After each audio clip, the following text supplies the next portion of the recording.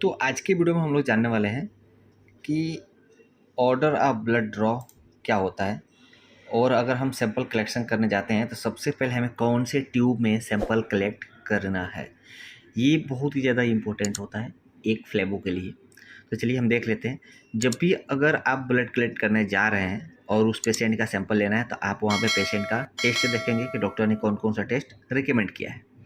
अगर उसमें blood culture का अगर है यानी कि डॉक्टर ने रिकमेंड किया है कि पेशेंट का टेस्ट के साथ साथ यानी रूटीन टेस्ट के साथ साथ ब्लड कल्चर करना है तो सबसे पहले आपको ब्लड कल्चर बोतल में सैंपल लेना पड़ता है।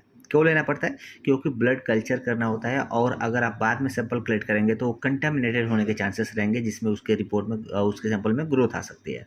तो सबसे पहले हमको ब्लड कल्चर का सैंपल लेना होता है। फिर उसके बाद से अगर अगर आप देखोगे पेशेंट का अगर कोआगुलेशन का टेस्ट है तो आपको ये जो दिख रहा है इस वाले ट्यूब में आपको सोडियम साइट्रेट में आपको कोआगुलेशन के लिए सैंपल लेना है और लेने के बाद से 3 से 4 बार उसको मिक्स करना है। मिक्स कैसे करना है? जैसे सैंपल है ये लिया, इसको सेम ऐसे इन्वर्टर टाइम में इस तरह से इन्वर्जन करके इसको मिक्स करना है। ठीक, उसके बाद से आप देखोगे अगर पेशेंट का अगर कुछ अलग से और टेस्ट है जिसके लिए हम क्या करते हैं हेपेरिन ट्यूब का इस्तेमाल करते हैं। ये देख सकते हैं।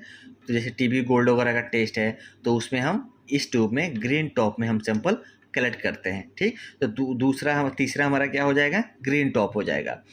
फिर उसके बाद से आपको क्या करना होता है?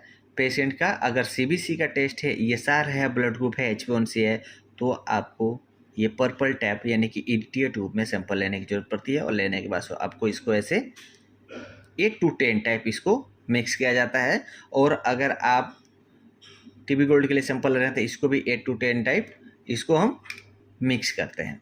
फिर उसके बाद से आप देखते हैं कि पेशेंट का और कौन कौन सा टेस्ट बाकी रह गया। तो अगर पेशेंट का अगर शुगर का टेस्ट है तो आपको सोडियम फ्लोराइड ये जो ट्यूब होता है या सोडियम फ्लोराइड का ट्यूब होता है और इसमें सैंपल लेने की आवश्यकता पड़ती है। सैंपल आप लेते हैं, यहाँ पे मार्क किया हुआ रहता है, जैसे यहाँ पे मार्क किया रहता है उस मार्क के आधार पर आप लेते हैं और इसको भी 8 to 10 टाइम तक आप ऐसे इन्वर्टर पूरा करके जेंटली मिक्स करना है।